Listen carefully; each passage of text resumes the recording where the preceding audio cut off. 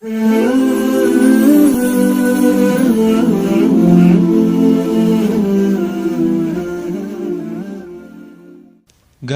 بنده رحمانی، گر فرد مسلمانی، گر پیرو قرآنی،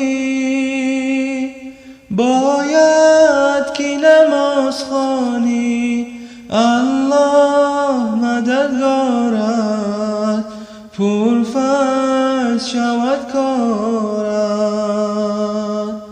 گر بنده رحمانی، گر فرد مسلمانی، گر پیرو قرآنی، باید که نماز خوانی. الله مددگارت، پرفیض شود کارت.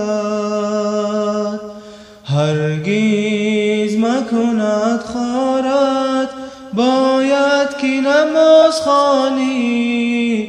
رخسار و نور گردد، غمهای تو دور گردد، شادی و سرور گردد.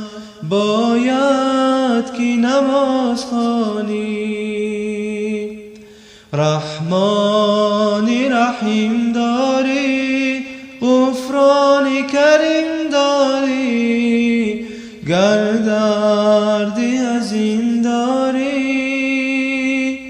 باید که نماز خوانی.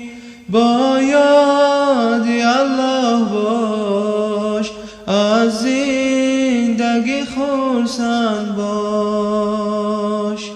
گر بنده رحمانی، گر فرد مسلمانی، گر پیرو قرآنی، باید که نماز خوانی. الله مددگارت، پرفیض شود کارت،